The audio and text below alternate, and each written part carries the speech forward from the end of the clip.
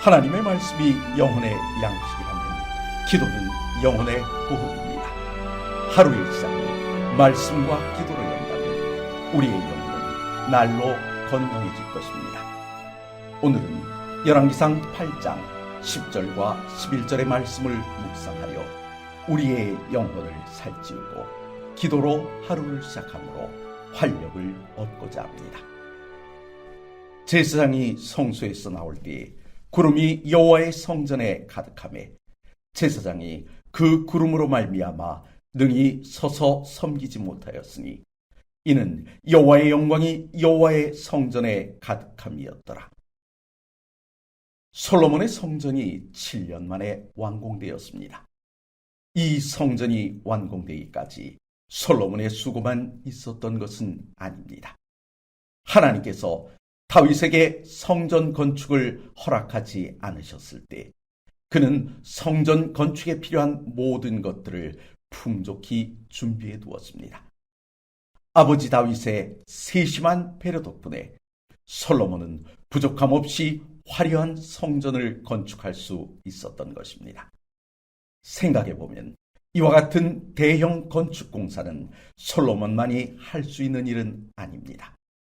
누구나 마음만 있다면 또 넉넉한 재물이 준비되어 있다면 할 수 있는 일입니다. 그런데 성경은 왜 이렇게 이 일을 크게 여길까요? 문제는 이 건물의 용도입니다. 성전이란 어떤 곳입니까?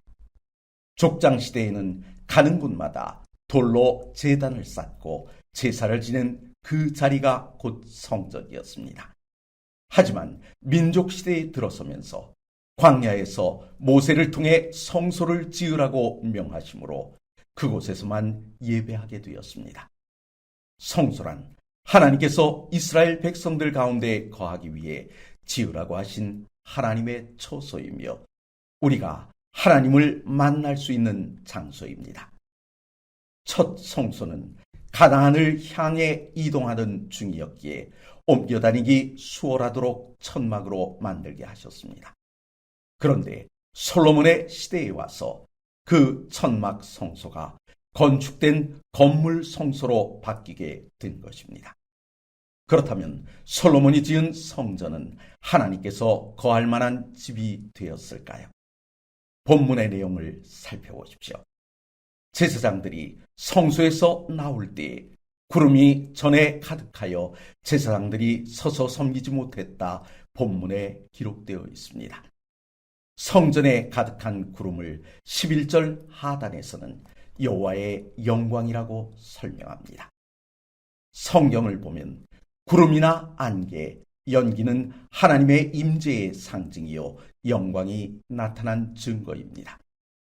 그런데 바로 그 구름이 성전 봉헌 예배 중에 나타난 것입니다. 하나님이 그곳에 임하시지 않았다면 그저 화려한 건축물에 불과했을 것입니다. 하지만 하나님께서 임하셨기에 그것은 하나님의 집이 된 것입니다. 하나님의 집이란 하나님이 거하시기를 기뻐하시는 곳이며 그곳에서 우리를 만나는 일을 즐거워하시는 장소입니다. 그러면 우리들의 성전, 즉 우리들의 교회는 어떻습니까? 바울이 성령의 전이라 명명한 우리의 몸은 과연 하나님을 기쁘시게 할 만한 곳이 되고 있습니까?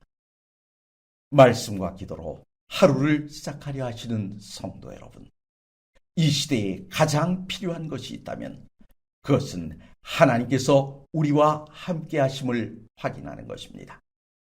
우리가 하나님의 편에 서 있는 것이 아니라면 우리는 벌써 하나님의 원수가 되어 있다는 것입니다.